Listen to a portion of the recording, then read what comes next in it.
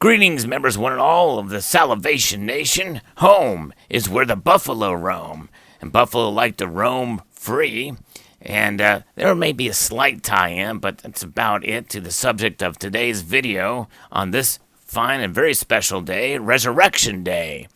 But really the significance of these pieces you see before you are the fact that they are gold and silver.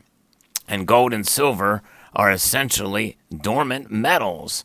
Now, that doesn't sound very positive, but they're essentially innate, and they are special because of what they are. The fact that they are innate, or they're dormant, and they don't pay any dividends. They don't serve us other than the fact for what they are as money for thousands of years. And they were recognized as such, dating all the way back to thousands of years ago, as far back as 700 BC. And fascinating indeed these metals are, but we like to keep them safe. And that's what the video that I posted yesterday was all about what kind of safes should you buy to protect your precious metals.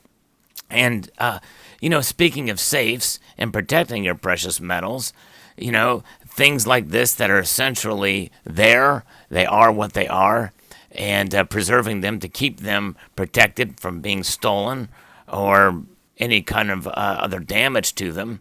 The same thing occurs with dead bodies. Well, what an interesting connection, right? Well, bodies are dormant as well. When people die, their bodies are left behind and they set dormant. And essentially, they are what they are. But we like to keep them safe from harm or further decay or unnatural causes that could occur, disease and the like, to protect us from disease. So we bury the bodies. And in most cases, even back centuries ago, those bodies were buried in a special way. They were encased in some sort of coffin. And nowadays, people that are buried in coffins, they take those bodies and encase them in a concrete or steel sarcophagus and bury them deep into the ground.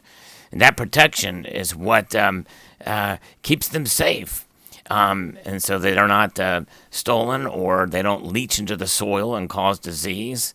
But back thousands of years ago, over 2,000 years ago, Jesus of Nazareth was crucified, died, and was buried in a tomb.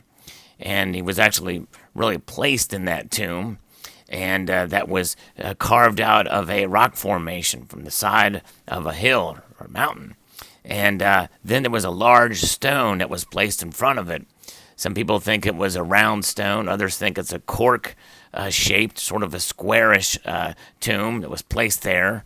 And because of the nature of the times from which he lived, there was among many interest of his followers and others and detractors to keep that stone guarded. So there was a Roman seal put upon that stone, and a regiment of 16 Roman guards to protect it. And so there was a lot of effort placed to guard that tomb. And for all intents and purposes, it was pretty much foolproof. But that could not keep Jesus down. He rose again on that third day. And that third day, the tomb was rolled away. The stone was rolled away from the tomb.